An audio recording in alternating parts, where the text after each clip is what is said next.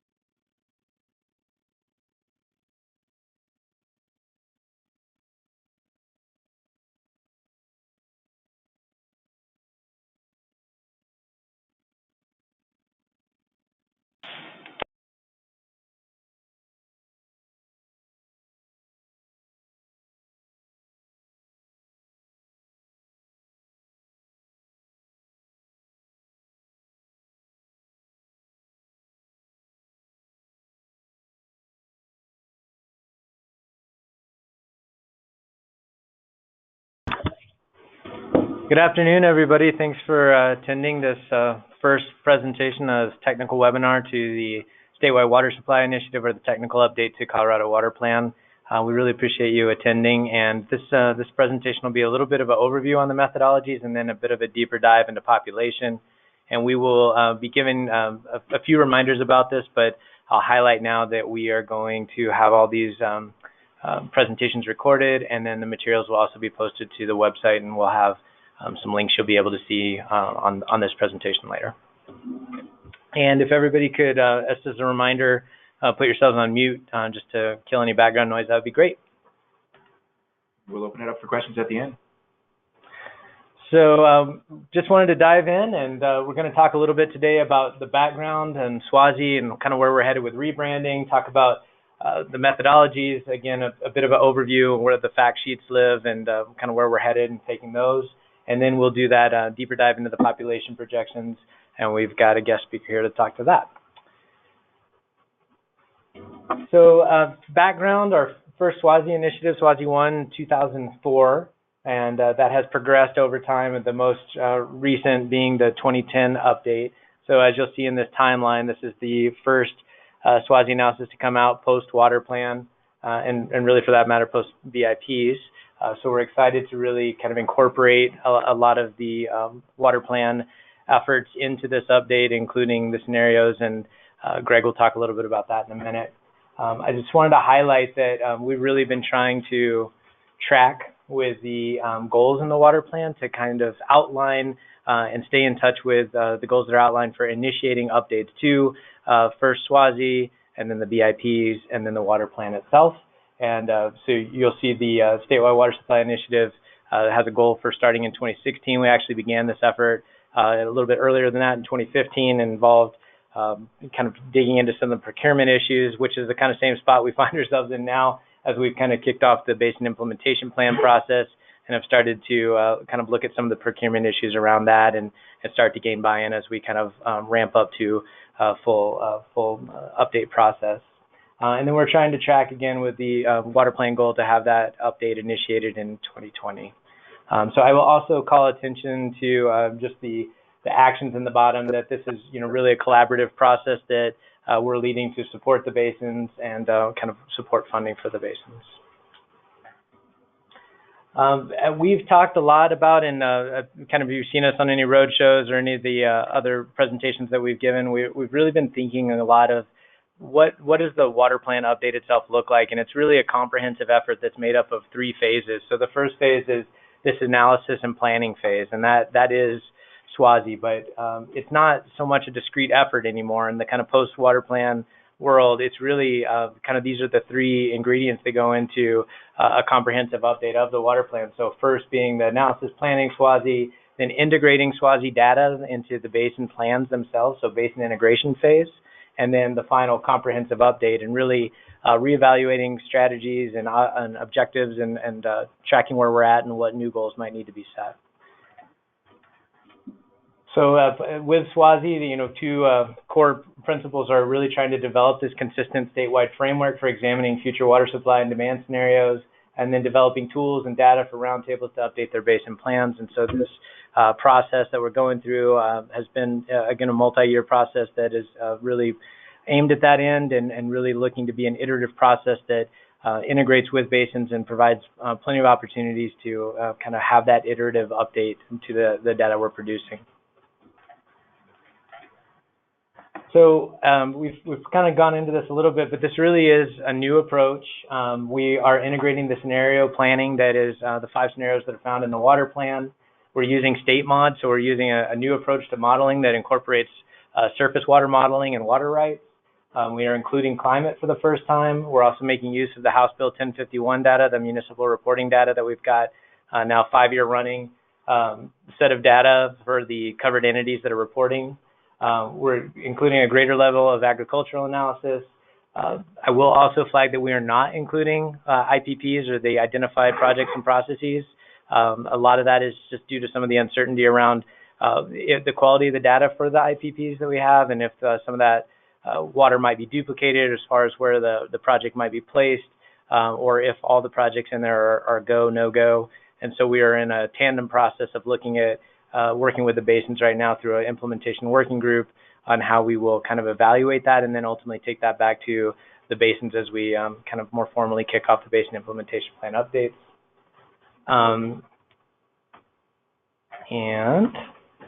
We are also leveraging, all this process is really leveraging the tag efforts that we started. So a few years ago, before kind of really digging into the methodology, we ran a lot of the expected processes that we were going to use by the tags to get some input on any tweaks that they might have to the process. So those tags or technical advisory groups were really critical to this effort and have been central to the methodology put forward. So there are also new outputs. So we'll have data for each scenario. So each of the 5 scenarios will have the data. There'll also be a toolbox. We're really committed to trying to make outputs that are highly functional and really help basin roundtables and also accessible.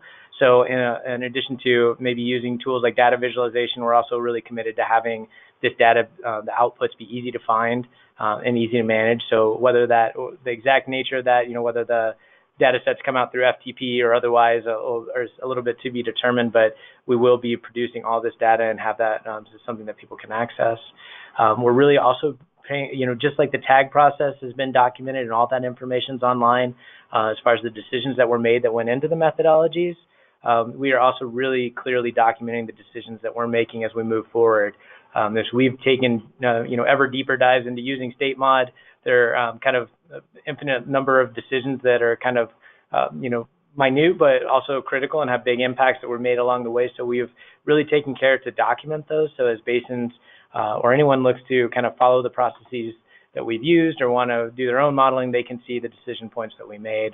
Swazi, in addition to having some case studies that will come out with it, this update also includes a costing tool and a flow tool that provides some kind of hands-on tools for basins to use to evaluate project costs and environmental impacts. And we're really committed to a streamlined reporting process.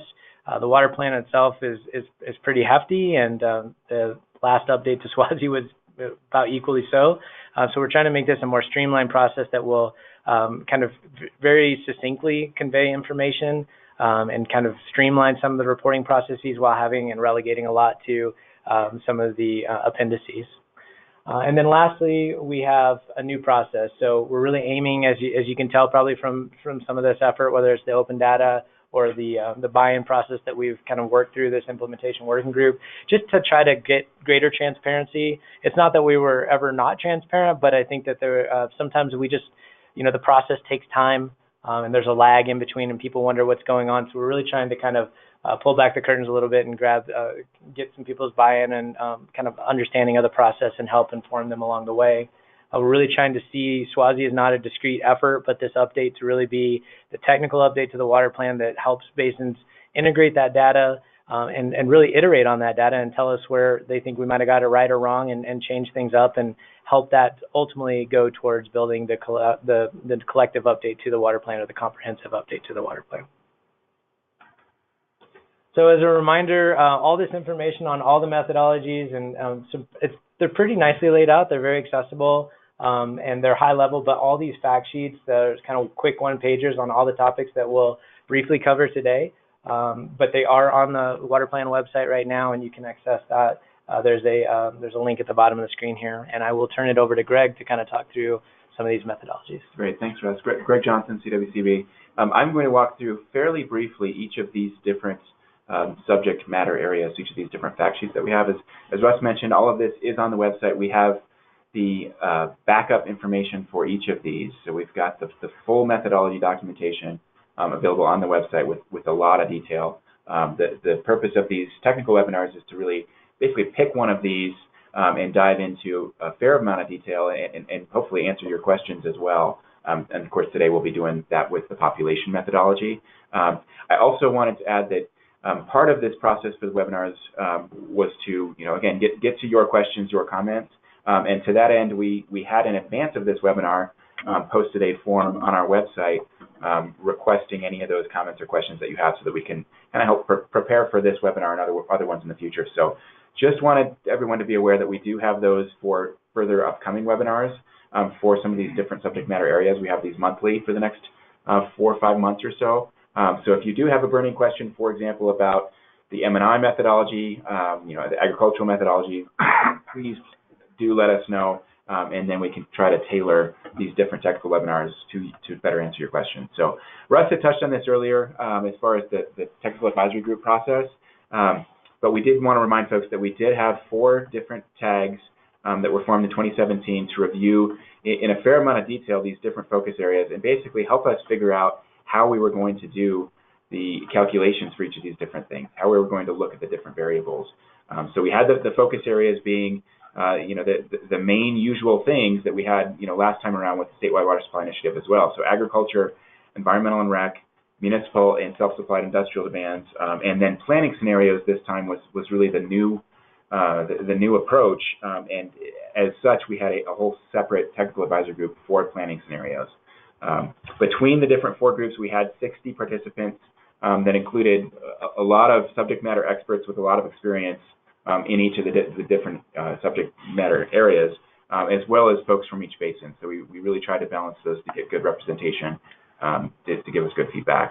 And then we had 2 different meetings for each topic and then a lot of back and forth in between giving us feedback on those different areas. So these new methodologies that we have, are all foundational, built upon the different scenarios. So these scenarios were discussed at the Basin Roundtable level and then really solidified at the IBCC. So the Interbasin Compact Committee, a number of years ago, I believe it was 2012, 2013, these are really kind of coming into play, and then basically published and baked into everything that we are doing with the water plan. These were in, I think it was section 7 of the water plan.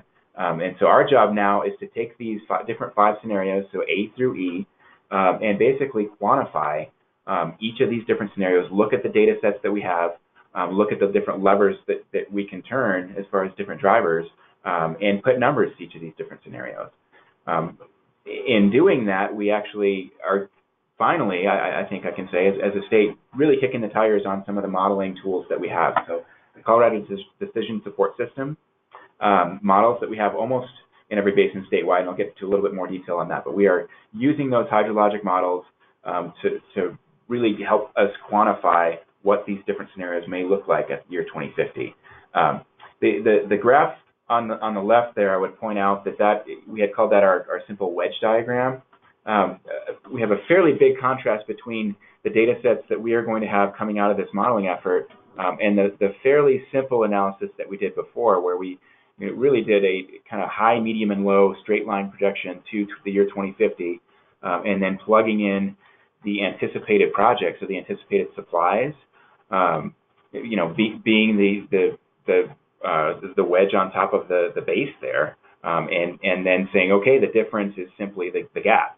And so this time around, we are not plugging in the IPPs, so the identified projects and processes that we had on the books, because we have, frankly, not very good data, and that is the biggest push, as Russ had mentioned, with the new effort to update the basin plans, is really to get better project data.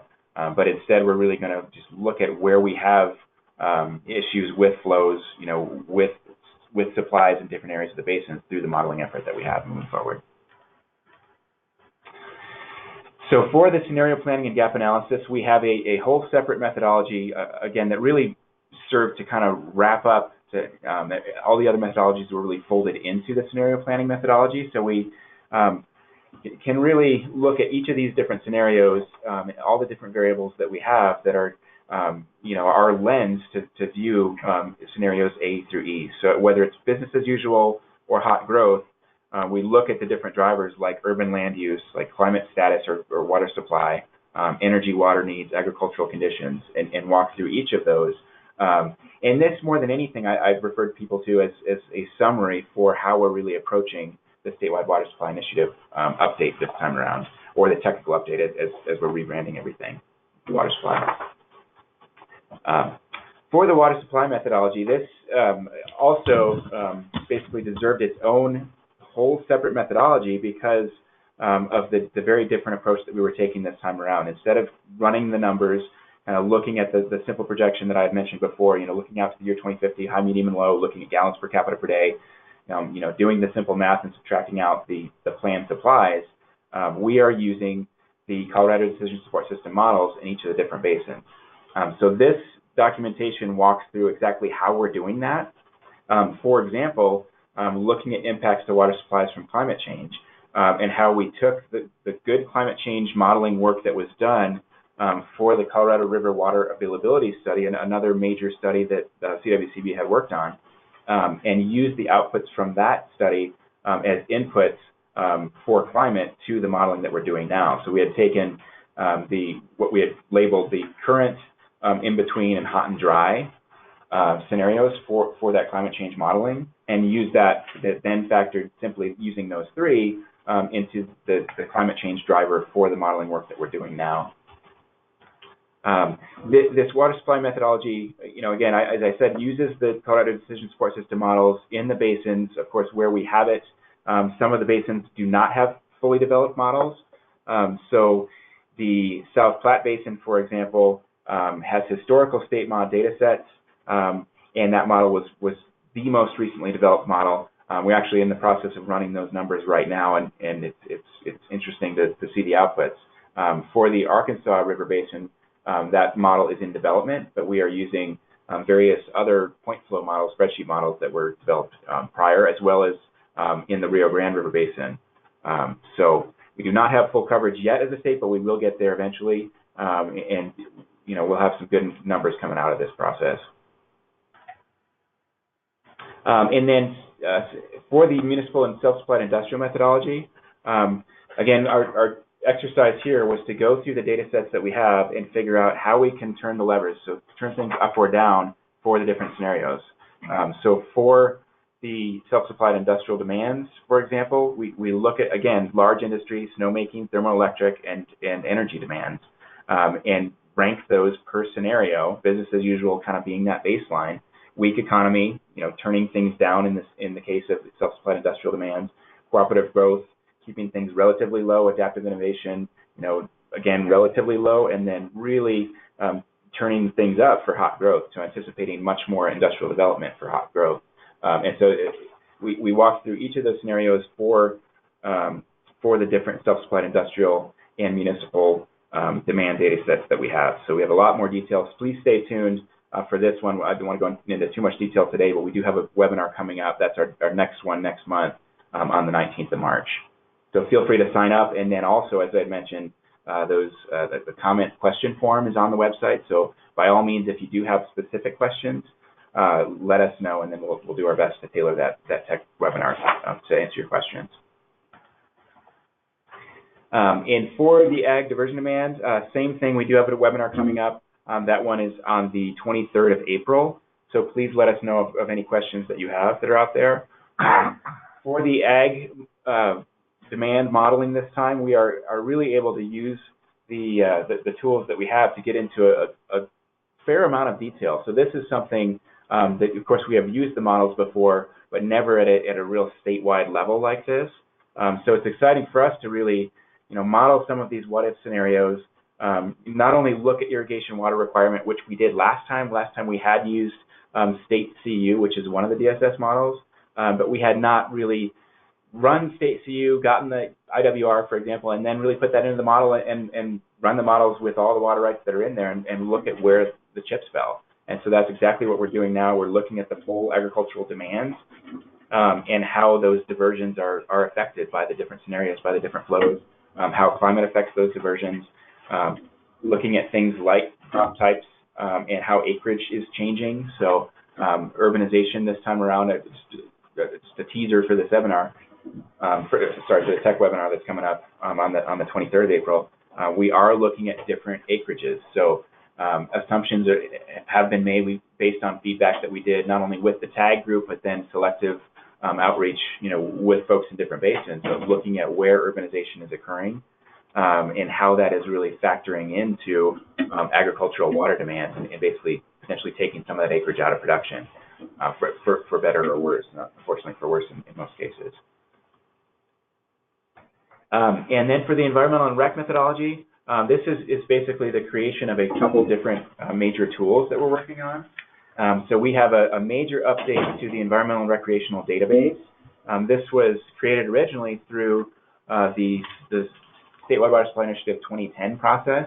There's a lot of work that occurred with the roundtables to really get the best data that we could, not only on attributes that were out there in each of the different basins, which of course varied from basin to basin, but of course also on projects. So different environmental recreational projects, restoration projects that are out there. So a lot of good work was done, but it was not in a very user-friendly format, quite the contrary. So this time we are not only updating the database, but also putting it into a format that's going to be much easier for the roundtables to use, that should help out quite a bit with the basin plan updates as well. And then the other big piece of that is environmental and recreational flow tool. So this is really taking the modeling outputs, so the different flows, different monthly time step data that we have, and then overlaying some of these environmental and recreational attributes and how they are affected by those flows, and being able to really show the different areas where those attributes are being affected by the scenarios based on the data sets that we have. So this is modeled after some work that was done earlier on as part of the SWASI 2010 process, where there was a historical stream flow analysis tool, and we're really hoping that this will also help inform the basin planning process as well moving forward. And then I think this is one of the last ones here. We've got the costing tool. So this was our finance methodology. Again, we do have a separate webinar for this that will be on the 25th of June. So please sign up for that and let us know any questions or comments that you have in advance of that. But the costing tool is actually up on the website right now. This is something that it was actually one of the very first things as part of this technical update to the water plan that we posted along with the population back in December. So this has been on the website for a while. We have not received a whole lot of feedback on it yet, but would love your input, any input, even if it is that it's maybe not as valuable as we might want it to be. We certainly understand that it's a beta version right now. It's basically a Microsoft Excel spreadsheet. It's with a number of macros, so you can kind of click through and enter your inputs. But the whole goal of this is to really be able to get better costing information, ideally for our project list, or what we hope to be our project database moving forward. So we've got all these different sectors there, different kinds of projects, whether it's pipelines or well fields or reservoirs, and you can go through each of those different things and then enter the information that you have and at least get a sort of ballpark cost for each of those things. So we're really hoping that we can develop this so that as we get better data, we can enhance the tool, but we would love to hear any feedback that folks have on that tool that's out there. And then finally today, we are going to get into much more detail on the population projection methodology. So I wanted to introduce Doug Jeavons, the Managing Director from BBC Research and Consulting, who has kindly joined us, and will be diving into more of the details on this. Thank you very much, Greg. So BBC is one of a large number of consultants who have been working on this technical update for the last couple of years.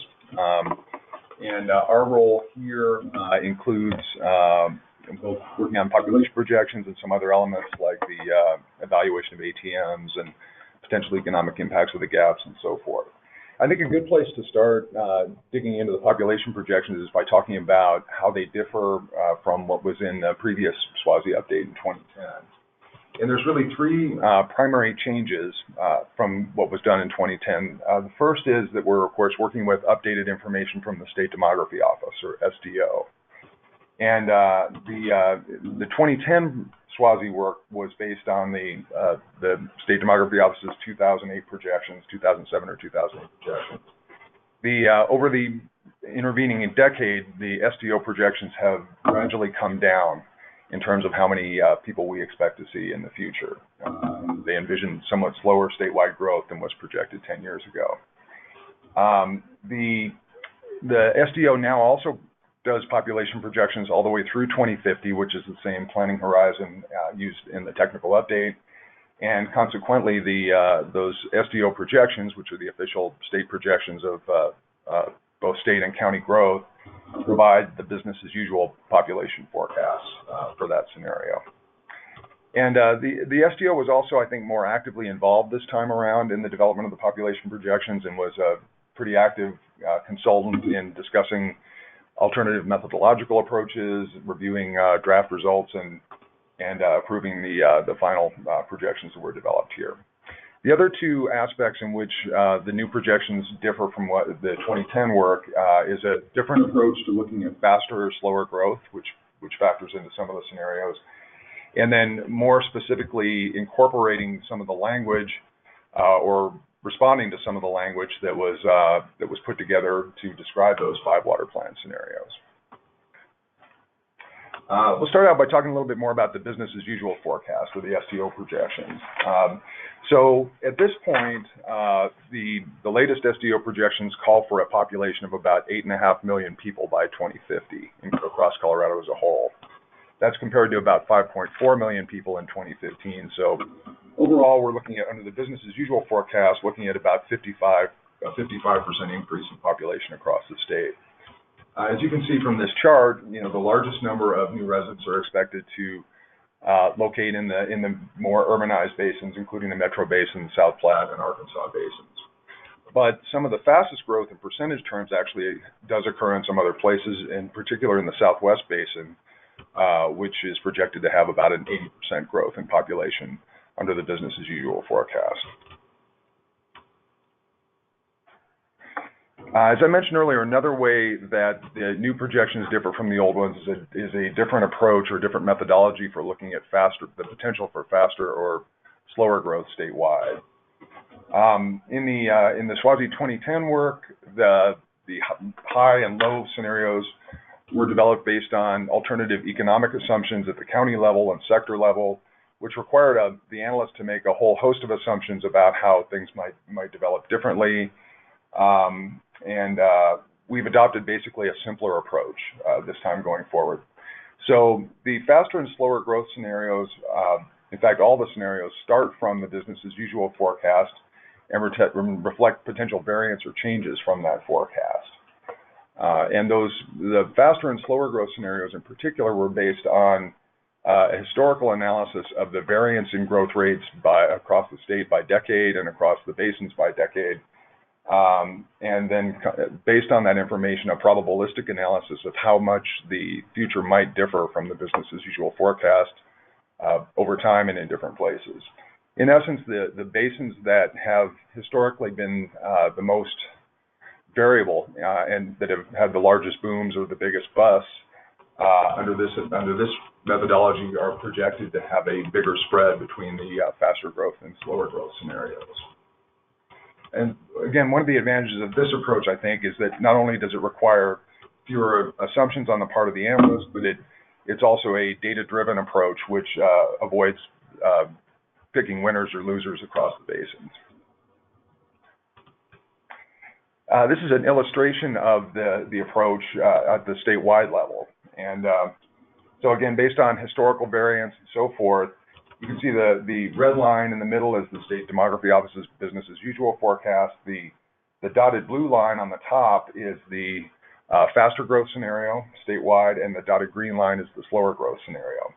And again, based on historical variability in growth rates over time, we estimate there's about an 80% probability that the 2050 population will fall between the dotted blue line and the dotted green line. In other words, the faster growth scenario is what we call a 10% exceedance forecast, meaning that we think there's about a 10% probability that growth could be greater than that.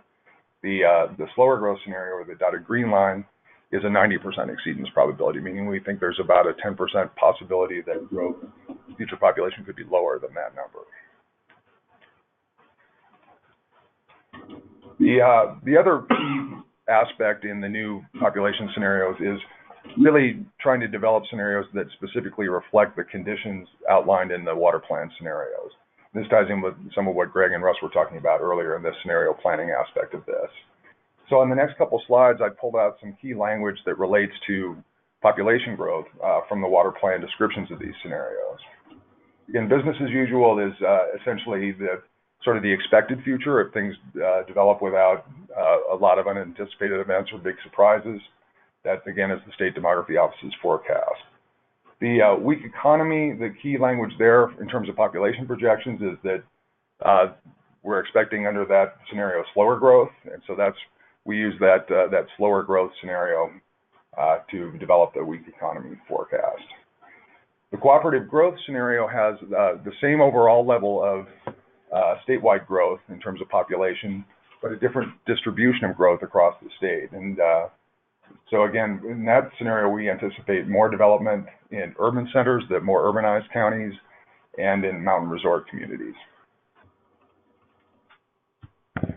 Adaptive innovation incorporates both a faster growth scenario in terms of overall population and a different geographic distribution than business as usual.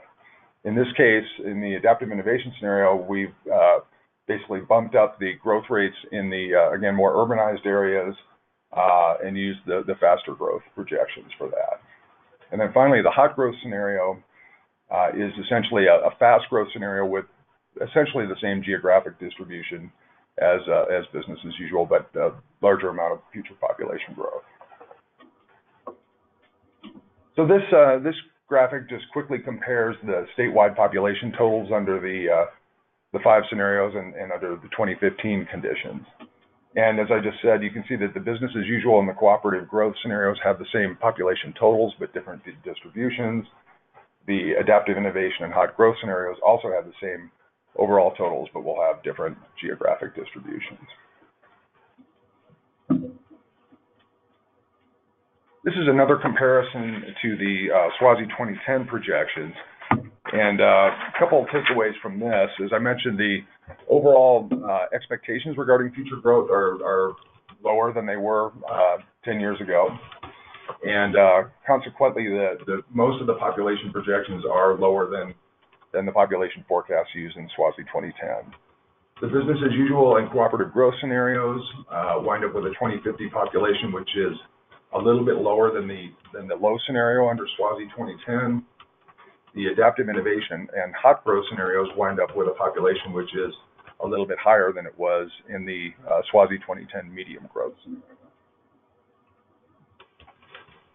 This is the first of several slides we're going to look at to kind of explore the geographic distribution of these projections. This graphic's a little bit complicated, but essentially all of the bars in this graphic are normalized to the business as usual forecast. And from left to right, or dark blue to green, the different areas shown here are the mountain resort communities, the urban center counties, and the balance of the state. So when we look at the weak economy forecast, again, the overall numbers are lower than our under business as usual, with a lot of the difference, or the largest percentage difference, occurring in the mountain resort counties. And that's, again, based on the historic fact that those areas have tended to do very well when the economy is strong and not as well when the economy is weak. If we compare the the cooperative growth scenario to the business as usual scenario, this is where you can see that even though they have the same total population forecast, under cooperative growth, we're assuming, as described in the water plan, more growth in mountain resort communities and more growth in the urban center counties, and lower growth in the balance of the state, but with the same overall total as business as usual. And again, adaptive innovation and hot growth is kind of similar. Both have higher growth than the other scenarios, but under the adaptive innovation scenario, more of that growth occurs in the urban center counties and consequently less in some of the other areas. We've also developed this in a map-based format, which may help to kind of visualize the distributions a little bit better.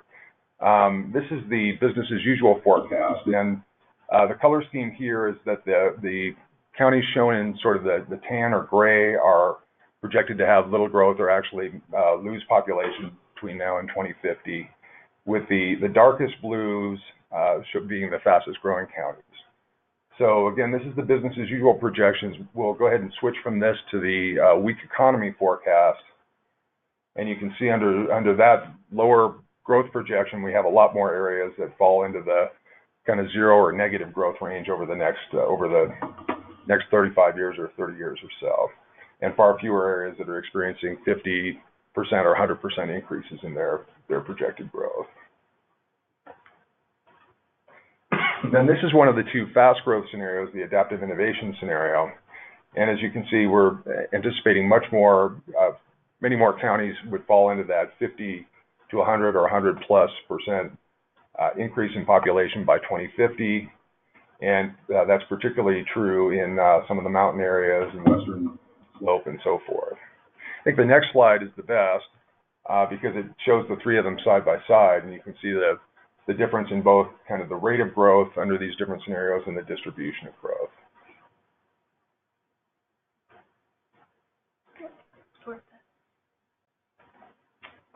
So just to summarize, there are new population projections for the technical update.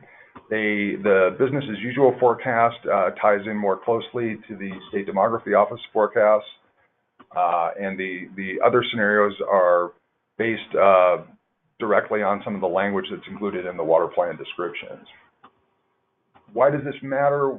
As you'll hear about more next month, population is one of the key drivers in the M&I demand projections, along with projections of water use efficiency and climate conditions.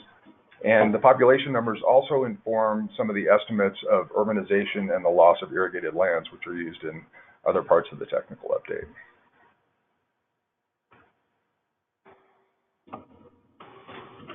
So quick summary here. I've gone through this earlier, but as far as our technical webinar schedule that we have moving forward, obviously we've got the first one today on the 19th, and then we've tried to really meter these out every month through June, again with the release of the final study, all the data in July of this year at our board meeting. So please register for these if you're interested, and again, as I had mentioned, let us know of any questions or comments, if possible, in advance of these webinars. I would add, we are certainly posting these, as Russ had mentioned right off the bat. We're posting a recording of these on our website, and because of that, we actually don't necessarily anticipate that we will have the biggest audience for each of these. We would love to have as many people as can get out and asking questions and whatnot. But if folks are kind of seeing the number of people that are on the line and wondering, who's actually plugging in on this, we have broadcast this fairly thoroughly throughout, our newsletter, our email blasts and everything else with the roundtables. But we had let people know that these will be recorded. So I think we may not have the biggest audiences online for each of these. So please feel free to check the website. We are using the water plan website for each of these postings. It's just a little bit easier for us technically to get things posted up on the water plan website than our main CWCB website, if you're familiar with that, which, by the way, we are working on updating that as well this year. So stay tuned for a hopefully much more improved website in the next 6-9 months or so. So we shall see. Yeah, I'll just add that the water plan website, when you click on the header supply study, will take you to a landing page with a few buttons. I think I have an example up here that can take you to the technical documentation, will eventually take you to an FTP site for the data, and there's a button for these webinars, and that's where you can sign up for future webinars and also post questions on the survey links as well. There's also a tab, the first tab under implementation, where all the implementation working group webinars, which are happening on the same day as these tech webinars for the next 5 months, will be posted as well. So that website is really going to be a resource for a lot of this documentation moving forward, and we hope that that's useful for you all. We have just the announcement that September 25th and 26th, we'll be having the C9 Basin Roundtable Summit. This is a statewide summit of all 9 roundtables. We will be really transitioning from the technical analysis process to the Basin Implementation Plan updates, moving forward with the overall water plan update. Do you guys have anything else to add? We have some really good comments from Peter Mayer come through. Here, you're welcome to address those, or we can. Sure, I'll go ahead and read them, and yeah. Peter, please feel free to pipe up, and anyone else who has questions. But Peter's first question, I think this is probably to Doug, but also to us, maybe as much as Doug. Peter had said that the SWASI 2010 forecast for 2015 overestimated population by 8% versus actual, which is greater than 1% per year error. Population estimates are critical to the accuracy of demand forecasts and the gap estimate. What can we do to improve our population forecasts? What adjustments have been made to reduce forecasting error? Could annual adjustments be made so that forecasts could be updated more regularly? What else could be done to improve the accuracy? Good questions, Peter. The State Demography Office does update their, as I'm sure you know, they do update their forecast on an annual basis, and the new numbers come out in the fall each year, typically in November. In my view, we've worked with a lot of state demographers across the West, and I think Colorado's Demography Office is one of the best, if not the best, in terms of the robustness of their approaches and so forth. And they're continually updating their economic models. They're also continually in the field, working in the various regions to sort of get to ground truth their numbers and to get input from folks across the state. So I think their process is good. I think part of this was unfortunately stems from the fact that those forecasts that were used in 2010 were developed before the recession, in a different climate and sort of a different long-term perception. I do think there's always a little bit of recency bias in long-term forecasting. And so I think, it's understandable that the 2015 numbers did differ a lot from what was being forecasted at that time. I think that, as we talked about earlier, that's contributed to the fact that we have a lower long-term forecast now than was being produced 10 years ago. So I think, certainly to the extent that the business as usual case is the State Demography Office forecast, those will be updated annually. And as the numbers, to the extent that the numbers start to change radically from the numbers that we're seeing in this technical update, that may merit a closer look at some of the other scenarios as well. And I would add, Peter, it's a great question, that our new process of scenario planning is one way to try to tackle that, as opposed to, the old-fashioned planning, the normal high, medium, and low planning that we had done before. So having these different scenarios, looking at different population and how that, of course, plays into municipal demands is a huge factor moving forward. So at least I would say we have the 5 scenarios. We're trying to be a little more inclusive with those scenarios as to what these possible futures might be. And then, to Doug's point, by all means, the SDO does update this every year. One of the things I did not go into much detail on at all is kind of how you use scenario planning moving forward, kind of with that cone of uncertainty, that diagram that I had up on the screen earlier, that, the goal is, as you're progressing every 5 years, 10 years, you look at different data that you have, different signposts is the terminology, to see how you're tracking, if you're kind of falling into one of those scenarios, or if it's kind of a combination of the different drivers that you have. So I think, that's one of the things with this technical update that we're really still figuring out is kind of what those signposts look like moving forward, kind of how we assess the data and at what frequency and how that factors into the basin planning process and everything else. But that's a great point. We certainly missed the mark largely because of the recession last time, and we can hopefully do a better job moving forward, but it's definitely a work in progress. Peter, I would just add, Peter, I was just going to also add that, one of the thought processes around this kind of rebranding and repackaging of the water plan itself is that, this will be iterative. So if we see drastic changes in the next year or two as we're working on the update to the water plan, certainly we'll have another census done by the time we get that out. These are things that we can also tweak along the way. No, that sounds really good. I appreciate the responses. Do we have an assessment of which of the 5 scenarios we most closely resembled from 2010 to 2015? I mean, which path were we most likely to be on? That's an excellent question, Peter. I don't know that we've ever thought about it in those terms, actually, retrospectively going back. We've been so focused on moving forward in our 2050 kind of planning horizon that we have that I don't know that we have really looked back. I think I would say by definition, we're looking at the business as usual scenario as kind of being that, so kind of encapsulating the trends from the last period, whatever that period is, 5 years, 10 years, 15 years, and then that's kind of the straight line, if you will, projected out. But that's an interesting concept. I think it might be helpful. It might be helpful to say this is, where we thought, where we forecast, this is where we actually ended up, and that would have put us on X or Y or Z trajectory, Peter, we didn't, of course, in Swazi 2010, we didn't have population projections under those 5 scenarios. We just had a high and a low and a medium growth scenario. I would say is that one graphic that we showed in the webinar indicated we're now projecting a level of population by 2050 that's closest to the low scenario from the 2010 Swazi work. Right.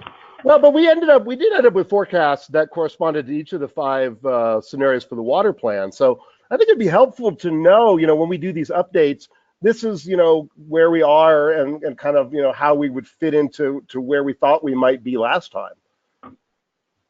Yeah, Peter, I think it's a good insight, and it's something that we are thinking about and we'll continue to noodle on. There are just so many different changes that we've done. So I like this slide, as Doug referenced, indicates, this is just in the context of population, but there are so many other changes that we're just starting. I mean, urbanization has huge impacts, and there's just some kind of domino-like effects for any of these kind of major drivers as you pull the trigger that change things down the road and really fan these kind of scenarios out.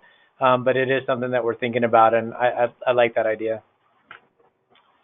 And we've got a question from Steve Mailers as well. And Steve, please feel free to pipe up as well. And Peter, also, if you've got follow-up questions, by all means, please pipe up. But Steve's question was, having statewide scenarios is simple to explain, but does it make sense to weight scenarios differently by basin, given impacts of climate, growth, etc.? Question, how are scenarios handled regionally or by basin? Excellent question. I would say that scenarios factor in by definition are, regional, local data. So everything that we've been doing, as I said earlier, was kind of an exercise to basically quantify the very simple scenarios that we have. So the scenarios as they were developed by the IBCC and the roundtables were narratives. They're just a couple paragraphs each, very much qualitative descriptions of what a future might look like in 2050. So we had to go through, as Doug did a great job going through, kind of phrase by phrase for the relevant phrases for, whatever sector or piece of this we're looking at, so population in this case, and interpret that based on the data that we have. So for population, we use that methodology that separated out the counties into 3 different categories, and then basically adjusted things up or down based on our interpretation of those descriptions in the scenario. So that's one way that we looked at that it definitely varies by basin and by region. And when the scenario, I think for adaptive innovation says that growth will be concentrated more along the I-70 corridor, more along the kind of the urban, certainly in the urban areas and metro areas, but also along the mountain resort communities, I think was the phrase he used. We had to, make a decision and say, okay, that's going to be Summit, that's going to be Eagle, and so on. So that's, how we did it with population projections. With the other things, of course, we'll get into more detail on the M&I methodology and ag and whatnot, but those are built on the statewide data sets that we have, especially where we do have, the good, robust DSS models in place. And so, by definition, everything is at least regional, if not, much more granular. So with HydroBase, with the data set that we have statewide, we've got diversion information, precipitation information, all of that data is in there. And, I don't want to give any spoilers about where things might go, but, a lot of the data that we're working on from the climate change modeling from the Colorado River Water Availability Study, showed certain impacts, higher impacts to certain parts of the state versus other parts of the state, Southwest Basin. So it's no secret that, climate change, it's really hard to predict, yes, but looking at some of the consumptive use modeling, for example, it's going to hit some areas harder than others. And so that's exactly what we're really trying to get at, the details of that. And I'll maybe add in there, Steve, another good question. I think if SWASI 2010 obviously had high, medium, low scenarios. Now we have these 5 scenarios that are found in the water plan.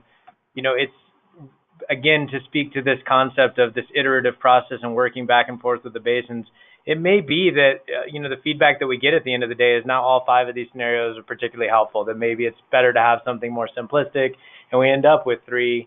It's also critical to note that the IPPs are not included in this analysis, and that while, that kind of cuts both ways. So we do have conservation that's baked into these, and yet in some of the basins they said, well, we kind of see additional conservation as really an IPP, and we reserve the right to change that. So at the end of the day, I don't know if it'll be a weighting so much as it will be just each basin kind of self-determining which path they think more closely resembles them, or which subset of these scenarios they want to use, or if they want to create something new.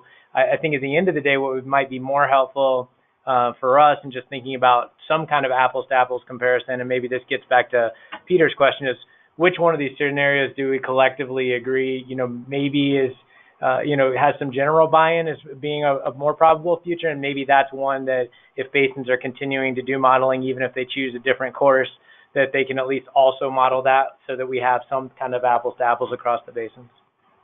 Yeah, that's a good point.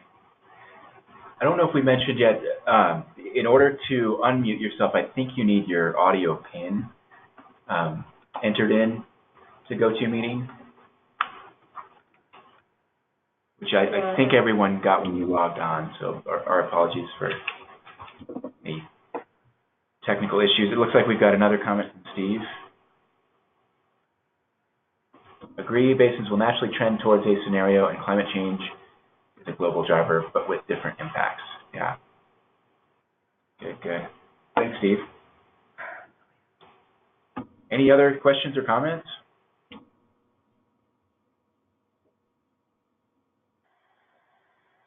Stay on for another minute or two.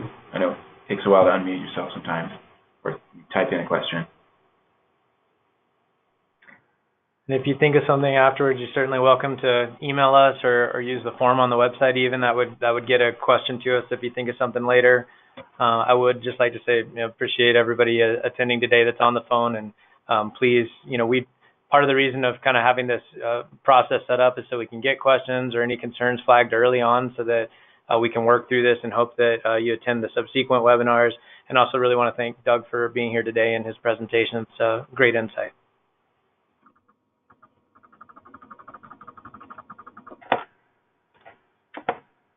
This is Megan. I'm going to post the link in the chat to where this will be posted later today, just for everyone's reference.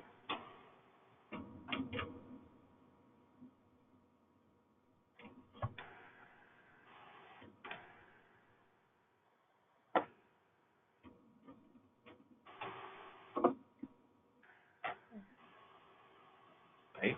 Well, thanks to everyone for participating, and please follow up with any questions or comments that you might have. Thanks, everybody. Thanks again.